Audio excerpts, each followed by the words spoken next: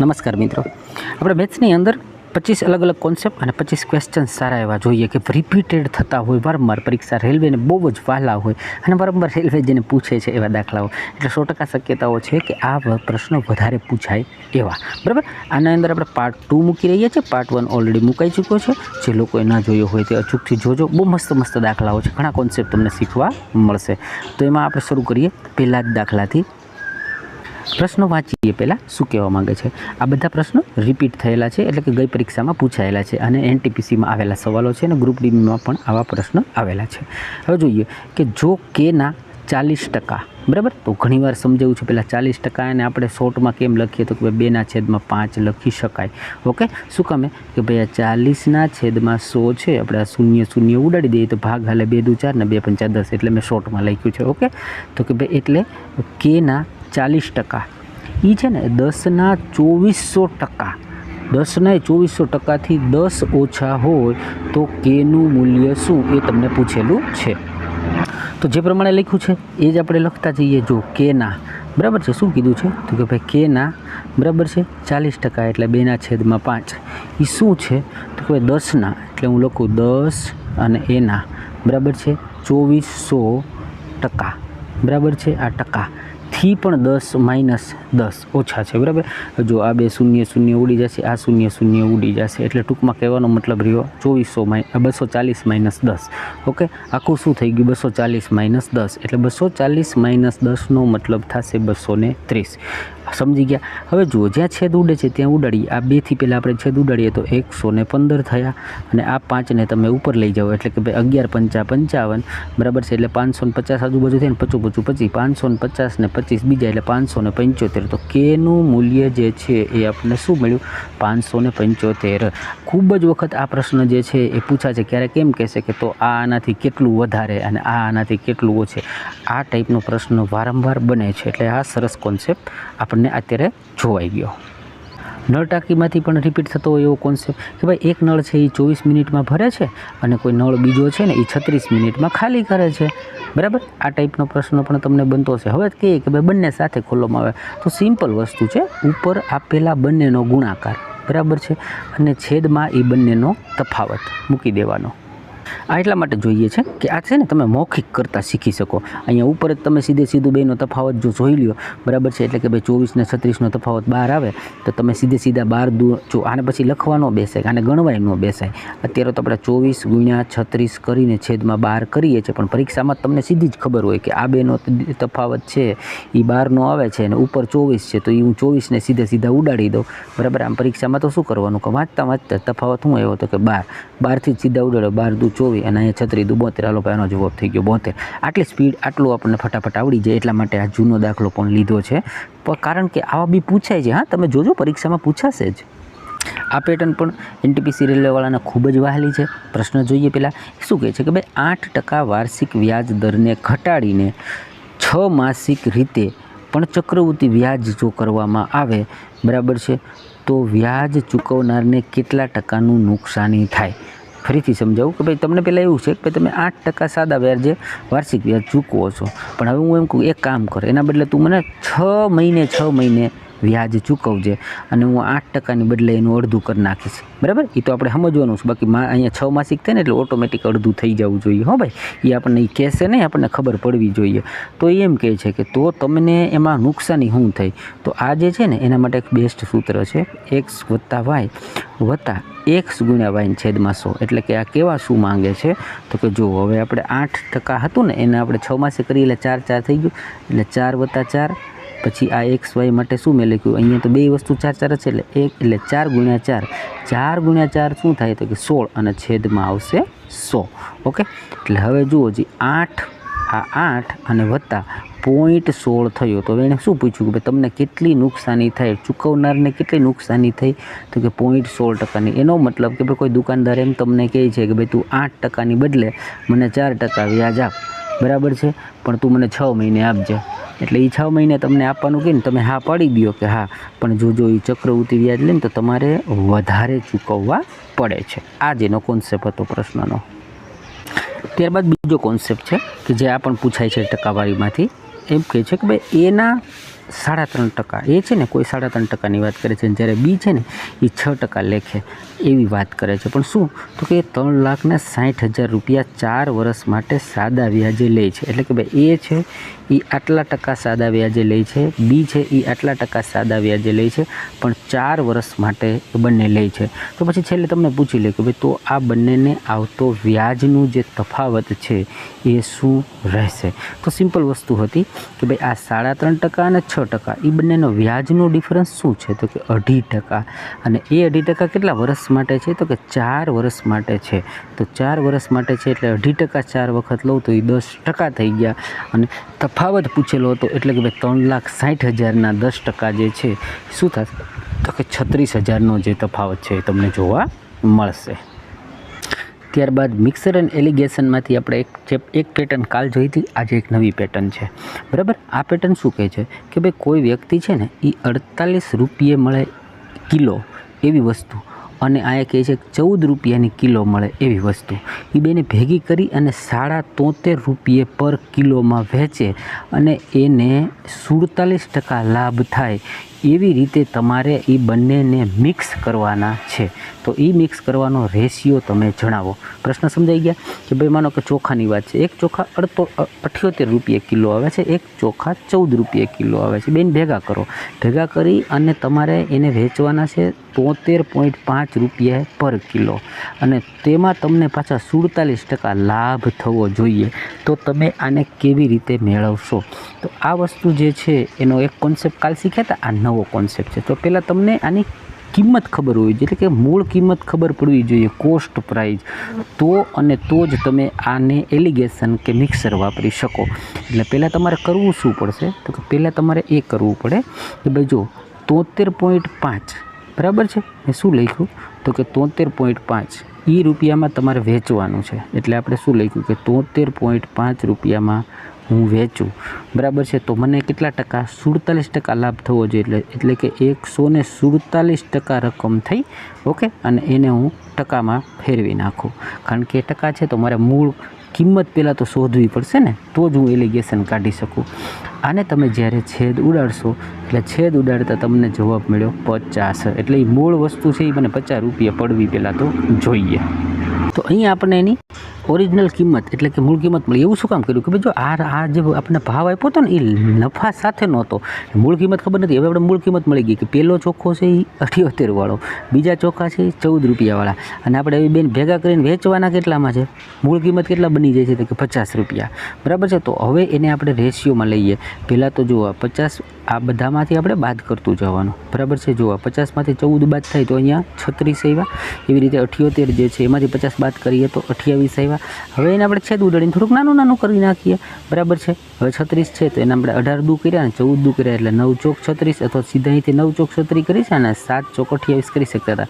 તો એનો રેશિયો મળ્યો 9:7. આમાંથી કાંઈ પણ પ્રશ્નમાં પૂછે આ રેશિયો મળે એટલે તમે કોઈ પણનો જવાબ આપી શકતા હતા. ત્યારબાદ આ એક કોન્સેપ્ટ નાનકડો એવો આ પણ પૂછાય છે, તમને કદાચ વાંચીને એમ થાય કે આવો દાખલો હા પૂછાણો છે, આ પૂછાયેલો જ છે, બરાબર છે. આના 2025માં પૂછાયેલો દાખલો છે. હમણાં જ જે પરીક્ષા લેવાની RPFની 2025 એમાં આ પ્રશ્ન પૂછાયેલો છે. શું પ્રશ્ન પૂછાયો તો કે વાંચીએ ભાઈ એક ક્લાસમાં 14 વિદ્યાર્થીના ગુણની સરેરાશ છે ને 66% છે, બરાબર છે. તો એ હવે એમ કહે છે કે ભાઈ દરેક ગુણ ડબલ કરીએ તો નવી સરેરાશ શું છે. એટલે કે ભાઈ અત્યારે વિદ્યાર્થીને જે કાંઈ આવ્યા છે માર્ક એ આપણને ખબર નથી, પણ એની સરેરાશ છે ને એ 66%ની થઈ. હવે એમ કહે છે કે જો હું જેટલા માર્ક આવ્યા ને બધાના ડબલ માર્ક કરી નાખું તો એની જે સરેરાશ છે એ નવી શું થાય. તો સિમ્પલ વસ્તુ, જો બધામાં ડબલ કરવામાં આવેલું હોય તો એની સરેરાશ પણ ડબલ થઈ જાય. બસ આટલો જ કોન્સેપ્ટ હતો. ઓકે. પણ આ બી પૂછાયેલું છે એટલે જોવું પડે ભાઈ. ત્યારબાદ આપેલું છે કે એક વિદ્યાલયની અંદર 4182 વિદ્યાર્થીઓ છે. ઓકે. જેની અંદર બોયઝ 23 રેશિયોમાં અને ગર્લ છે એ 28 રેશિયોમાં છે. તો આના અંદર બોય કે ગર્લ કેટલા છે એવું પૂછી શકે, બરાબર છે. તો આપણે સિમ્પલ લઈ લીધું કે બોય ગર્લનો રેશિયો આપ્યો છે 23, 28 ઇઝ ઇક્વલ ટુ કેટલા છે તો કે 51. આ રીતે તમે કરી શકો, નહીંતર સિમ્પલ આમાંય કરી શકો કે ભાઈ 4182 વિદ્યાર્થી અને એમાંથી 23 રેશિયો છે એ બોયનો છે અને કુલ રેશિયા જે છે એ કેટલો છે કુલ 51માંથી. આમ કરી અને તમે સીધે સીધા છેદ ઉડાડી દો, બરાબર છે. 51થી સીધે સીધા તમે 82 સાથે છેદ ઉડાડો એટલે તમને જવાબ મળે છે 1886. મિત્રો મારા ઘરની બાજુમાં છે ને પાયલોટનું ટ્રેનિંગ સેન્ટર છે, એટલે તમને વિમાનનું ડિસ્ટર્બન્સ સોરી કહું છું, કારણ કે 2 મિનિટે વિમાન ઉડે છે. મારે કેટલી વાર વિડીયો પોઝ કરવો એટલે થોડુંક ડિસ્ટર્બન્સ રહેશે, માફી ચાહું છું મિત્રો. ત્યારબાદ આપણી પૂછાયેલું છે એટલે એને પણ લઈ લઈએ. પ્રથમ 121 વિષમ પ્રાકૃતિક, સમ એટલે કે બેકી સંખ્યા અને વિષમ એટલે એકી સંખ્યા, બરાબર છે. વિષમ પ્રાકૃતિક સંખ્યાનો એની સરેરાશ શું? સિમ્પલ છે, આ કોન્સેપ્ટ છે એટલે પૂછી જાય. જે આંકડો આપ્યો હોય ને એ જેનો જવાબ થાય, વિષમ આપી હોય ત્યારે, બરાબર છે. અને સમ આપી હોય ત્યારે એ જરાક કોમેન્ટમાં કહેજો, તમને ખબર છે કે નહીં, આના ઉપરથી તમને ખબર પડી જાય. નહીંતર એક એક્ઝામ્પલ લઈ લો. વિષમ એટલે શું, સમ એટલે જો આમાં આ વિષમ છે ને, માનો કે ભાઈ 121 પ્રાકૃતિક એટલે પેલી વિષમ 1 થઈ, પછી શું થઈ 3 થઈ અને 5 થઈ. હવે આનો તમે સરવાળો કરો, જી આનો સરવાળો શું થાય, બરાબર છે. તો 3 ને 1 4, 4 ને 5 9, બરાબર છે. એટલે 9 થઈ અને 3 સંખ્યા હતી એટલે 3 તેરી 9. તો 3 સંખ્યા લીધી તો એની સરેરાશ પણ 3 થઈ ને. આવી જ રીતે તમે વિષમ લઈ લો, બરાબર. પહેલી થઈ 2, પછી થઈ 4 અને ત્રીજી થઈ 6, બરાબર છે. એનો સરવાળો કરો, જી 6 4 10 ને 2 12, ઓકે. કેટલી થઈ 12 અને એને ભાગ્યા 2, ઓકે. એટલે હવે તમે એને ભાગ્યા 3 સંખ્યા હતી ને, એટલે કે ભાઈ આપણે જવાબ 12 ભાગ્યા 3 એટલે શું જવાબ આવ્યો 4. શું આવ્યો જવાબ તો કે 4. તો હવે પહેલી તમે જ્યારે વિષમ સંખ્યા લ્યો ત્યારે એ જ જવાબ આવે, અને જ્યારે સમ સંખ્યા લ્યો ત્યારે n+1 કરવું પડે. એટલે કે પ્રથમ 121 જો સમ સંખ્યા કીધી હોત તો 121 વત્તા 1 એટલે એનો જવાબ 122 આવે. 2 કોન્સેપ્ટ આપણે અહીંયા શીખી લીધા. હવે છે ને થોડાક અઘરા ઊંડા દાખલાઓ લઈએ છીએ જે વારંવાર પૂછાતા હોય એવા. હવે જો તમને કહે છે કે 2 નળની અંદર એવું છે ક્યારે બંધ કરવું અને ક્યારે ખોલવું, એ ટાઈપનો કોન્સેપ્ટ છે. તો જુઓ પહેલાં શું કહે છે, એ છે ને એ 52 મિનિટે કોઈ ટાંકીને ભરી શકે છે. બી છે ને એ 65 મિનિટે કોઈ ટાંકીને ભરી શકે છે. બંને એકસાથે ખોલતા પાઇપ એ ક્યારે બંધ કરીએ તો 60 મિનિટમાં ભરાઈ જાય. તો આ આખી વાર્તાની અંદર એક વાત તો સાબિત થઈ ને કે ભાઈ જો બી જે છે ને એને બંધ કરવામાં આવે છે, એ ક્યારે બંધ કરીએ કે બંધ કરવાથી 60 મિનિટમાં, એટલે 60 મિનિટ ભરશે કોણ તો કે બી તો ભરશે. એનો મતલબ કે બી આખું ઠેઠ સુધી કામ કરે છે. તો હવે બી ફૂલ ટાઈમ કામ કરતું હોય તો આપણે બી માટે એવું કહી શકીએ કે બી 65 મિનિટે ટાંકો ભરે છે, તો 1 મિનિટમાં એ કેટલું કામ કરશે તો કે 1 મિનિટમાં 1/65 જેટલું, અને એવું એ 60 મિનિટ કામ કરે છે. 60 મિનિટ કામ કરી. હવે જુઓ આપણે છેદ ઉડ્યું 13 પંચા અને 12 પંચા, એટલે કે ભાઈ બી છે ને એ 12/13 જેટલું કાર્ય કરે છે. તો 12/13 જેટલું કાર્ય બીએ કર્યું હોય તો એ છે એને બંધ કર્યું, તો એને આમાંથી શું કાર્ય કર્યું હોય તો કે ભાઈ જો અહીંયા 13 છે, ટોટલ 13માંથી બીએ 12 કામ કર્યા, તો 1/13 જેટલું એ કામ કરવાનું બાકી રહ્યું. તો એનું કેલ્ક્યુલેશન મેં અહીંયા મૂકી દીધું. શું મૂક્યું તો એ જે છે એને 1/13 જેટલું કાર્ય કરવાનું છે, બરાબર છે. અને એની ક્ષમતા કેટલી છે તો કે 52 જેટલી. 13 ચોકું ને 52. તો આન્સર શું આવ્યો 4 મિનિટ પછી એને બંધ કરી દેવામાં આવે છે. એટલે આખું જે છે બીએ કામ ભર્યું અને 60 મિનિટ થઈને ભરતા. ઓકે, એટલે પ્રશ્ન જે છે આશા રાખું તમે સમજાઈ ગયો. સિમ્પલ મેં શું કર્યું કે ભાઈ 1 મિનિટમાં 1/65 જેટલું કાર્ય બીએ કર્યું, અને એ જે છે બરાબર બી જે છે એ આખું કેટલી મિનિટ તો કે 60 મિનિટમાં ભરે છે. તો આપણને શું મળ્યું 12/13, એમાં 13માંથી 12 કામ બીએ કર્યું, વધ્યું 1 કામ એ કરવાનું હતું 1/13, અને એ કોણે કરવાનું હતું તો કે એ, અને એ 52 મિનિટ જે છે એ ભરે, એને ક્ષમતા 52 મિનિટ થાય છે એને ભરતા. એટલે કે અહીંયા 13 ચોખ્ખું 52, તો 4 મિનિટ જેટલો સમય છે સિમ્પલી મેં તમને સમજાવી દીધું. ત્યારબાદનો પ્રશ્ન છે કે આપણે આવો તમને વારંવાર પૂછા છે, કોઈ એક વસ્તુ છે એ આટલામાં ખરીદે, પછી આટલામાં વેચે, પાછો એને ખરીદે ને પાછો વેચે, અને ટોટલ વ્યવહારની અંદર થતા લાભ કે કઈ રીતના નુકસાની છે એવો એક પ્રશ્ન લીધો કે ભાઈ કોઈ એ નામનો વ્યક્તિ છે એ 5000માં એક વસ્તુ ખરીદી, 1 વર્ષ વાપરીને 6000માં વેચી નાખે છે, બરાબર છે. હવે પાછું એમ કહે છે કે ભાઈ એ પાછો છે ને 8,000માં લઈ આવ્યો અને પછી પાછો 10,000માં વેચે છે, તો એ વ્યક્તિને કુલ લાભના ટકા કેટલા થયા એ આપણને કહેવાનું છે. ઓકે, તો જુઓ આની અંદર આને શું થયું, 5 ને 8 13, એટલે કે કુલ એણે ખરીદ્યા કેટલામાં, તો કે 13,000માં એ ભાઈ જે છે એ ખરીદીને લાવ્યા. બરાબર છે. અને પછી એને જ્યારે વેચ્યું તો અહીંયા તમે જોશો તો અહીંયા 1,000 વધ્યા અને અહીંયા 2, એટલે કુલ 3,000નો નફો થયો. એટલે કે ભાઈ 3,000નો નફો થયો અને એણે પોતે કેટલા રૂપિયા બગાડ્યા, 13,000. ટકાવારી ફેરવવા માટે એને ગુણ્યા 100. જ્યાં જ્યાં છેદ ઉડે છે છેદ ઉડાડી નાખો તમે. બરાબર છે. અહીંયા ઓકે, એટલે તમને જવાબ આવશે 3/13. 3/13 એટલે કે એને જે તમે પર્સન્ટેજ બનાવો તો 20.23% આસપાસ તમને આન્સર બને છે મિત્રો. ત્યારબાદ આ જે પેટર્ન છે આ પણ વારંવાર પૂછાય છે કે ભાઈ મોટું બધું તમને આવી રીતે આખું વર્ગમૂળ આપી દે, પછી એની અંદર વર્ગમૂળમાં સંખ્યા જો અહીંયા 76, પછી પાછું વર્ગમૂળ આપ્યું 21, પાછું વર્ગમૂળ બનાવ્યું 9, પાછું વર્ગમૂળ બનાવ્યું 40, પાછું વર્ગમૂળ બનાવીને 81. હવે તમને કહી દે કે આનું સાદુરૂપ, તો આનું સાદુરૂપ છે ને સિમ્પલ હોય છે, તમારે પાછળથી આપતું જવું. જુઓ 81નું વર્ગમૂળ એટલે 9. હવે 9 અને 40 કરીએ તો 49, એના વર્ગમૂળમાંથી દૂર કરીએ એટલે 7. બરાબર છે. હવે 7 ને 9 16, 16નું વર્ગમૂળ દૂર કરીએ એટલે 4, તો 21 ને 4 25, 25ને વર્ગમૂળ કાઢીએ એટલે કે 5, છેલ્લે વધ્યા 76 ને 5, 76 ને 5 81, અને એને વર્ગમૂળમાંથી દૂર કરીએ એટલે કે 9. તો આખા જે કેલ્ક્યુલેશન છે એનો આન્સર જે છે એ શું આવ્યો, તો કે 9. ત્યારબાદ ગુણોત્તર રેશિયામાં ત્રીજું પદ અને ચોથું પદ પૂછવાનો પણ આ લોકોને બહુ ટેવ છે, વારંવાર આવું પૂછે છે. એટલે તમને આપી દીધું છે 36 અને 42નું ત્રીજું અનુપાત શોધો, એટલે કે ત્રીજો ગુણોત્તર પ્રમાણ શોધો. એનું સૂત્ર છે બી, એટલે કે આને આપણે એ કહી શકીએ અને બી કહી શકીએ. તો કે ભાઈ બીનો વર્ગ અને છેદમાં 1, તો 42 જે છે આને એટલા માટે કહી દો, શીખવાડી દો કે ભાઈ 42 ગુણ્યા 42 કરી નાખવાનું, આ 36 સીધે તમે છેદમાં મૂકી દો, એટલે 36 થી છાંયે 36 2 વખત અહીંયાથી ઉડે, ઉપર 7 7 વહી જાય, 7 7 એટલે કે 27 ને 49. એકદમ નાનો દાખલો હતો. ત્યારબાદ આ દાખલો છે એ પણ વારંવાર એનો ચોઇસેબલ છે, એમ ફેવરિટ કહેવાય અને પૂછાતો હોય છે. શું પૂછે છે, પહેલાં તો એમ કહી દે કે ભાઈ એ છે ને કોઈ કાર્ય 45 દિવસે કમ્પ્લીટ કરે છે. પછી શું કર્યું, તો ભાઈ તેણે 30 દિવસ કામ કરીને કામ છોડી દીધું. બાકીનું કાર્ય બી છે એ 5 દિવસની અંદર પૂરું કરી શકે છે. તો હવે એમ કહે કે ભાઈ બી એકલો જો આ કાર્ય પૂરું કરતો હોત તો બરાબર છે, તો કેવી રીતે થાય, તો કે જો એ છે ને 45 દિવસે કોઈ કાર્ય કરતો હોય તો એક દિવસે શું કાર્ય કરે, તો કે ભાઈ એક દિવસે 1/45 જેટલું કાર્ય કરે. હવે એણે કાર્ય કર્યું કેટલું, તો કે 30 દિવસ જેટલું કાર્ય કર્યું. તમે છેદ ઉડાડી નાખો. બરાબર છે. 15 તેરી 45 ને 15 દુ 30, એટલે ઉપર એવા 2 અને છેદમાં 3. એનો મતલબ એમ કહેવા માગે છે કે આ એ છે ને એણે કેટલું કાર્ય કર્યું, કરવાનું 3 હતું અને એમાંથી એણે 2 કાર્ય કર્યું, તો બાકી કેટલું રહ્યું, તો કે 1/3 જેટલું કાર્ય રહ્યું, 1/3 જેટલું કામ. બરાબર છે. અને એને કેટલા દિવસમાં કર્યું, તો કે 5 દિવસે કમ્પ્લીટ કરી શકે છે.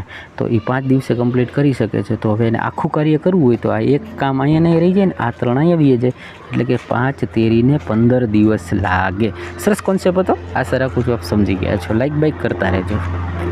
ચોથો પ્રશ્ન છે, હમણાં પૂછ્યું ને આપણે ત્રીજું અનુપાત વાળું પૂછ્યું, એમ ચતુર્થ અનુપાત. તો ભાઈ 17, 87 અને 119નું ચોથું ગુણોત્તર પદ જે છે એ આપણે પૂછે ચતુર્થ અનુપાત બતાવીએ કે બતાવો. તો તમારે શું કરવાનું, સૂત્ર છે બી અને સી અને છેદમાં આવશે એ. એટલે કે આ એ એટલે પહેલી સંખ્યા, બી એટલે બીજી સંખ્યા અને સી એટલે ત્રીજી સંખ્યા. તો બીસી શું છે આની અંદર, તો કે 87 અને 119. બરાબર. તો 87 ને 119 જે છે તો અને છેદમાં એ એટલે 17 થી 17 ગુણ્યા 7 119. હવે 77 49નો 9, બાકી તમે ગુણાકાર કરો એટલે 609 એનું ચોથું પદ આવશે. એના પછીનો પ્રશ્ન જોઈ લઈએ. સ્થળ અને અંતરમાંથી ઝડપના ગુણોત્તરના આવો એક પ્રશ્ન જે છે સરસ મજાનો બનતો હોય છે, એને પણ જોઈ લઈએ. પહેલો દાખલો એવો છે, કોઈ હરિ નામનો વ્યક્તિ છે, એ સ્થળથી બી સ્થળે જાય, એટલે કે એક જગ્યાએથી બીજી જગ્યાએ જાય છે, પોતાની સામાન્ય ઝડપ કરતાં એ 1/8 જેટલી ઓછી ચાલથી ચાલે છે. એટલે રોજ જેટલો હાલતો તો એના કરતાં 1/8 ઓછી ઝડપે ચાલે છે. તો 21 મિનિટ એ મોડો પહોંચે છે. હવે તમને પૂછી લીધું કે જો એ રોજની જેમ સામાન્ય ઝડપથી જાય તો એને કેટલો સમય લાગે. પ્રશ્ન સમજી ગયો? એક જગ્યાએથી બીજી જગ્યાએ જવાનું છે અને રોજ જે જતા હતા એના કરતાં ઓછા ઝડપે જાય છે, તો એ કંઈક મોડો પડે છે અમુક સમય માટે, અને હવે એ કેટલો મોડો પડ્યો એ નથી જોવાનું, પણ પૂછ્યું છે શું? તો જો એ રોજની જેમ જતો હોત તો એને કેટલો સમય લાગે. આમાં બે પ્રશ્ન બને, સમય કેટલો લાગે એ પૂછી લે છે, ઘણી વખત એનું અંતર પૂછી લે છે. તો તમને એ ખબર હોવી જોઈએ કે ભાઈ સ્પીડ બરાબર છે અને ટાઈમ આ બે છે ને એ વ્યસ્ત છે.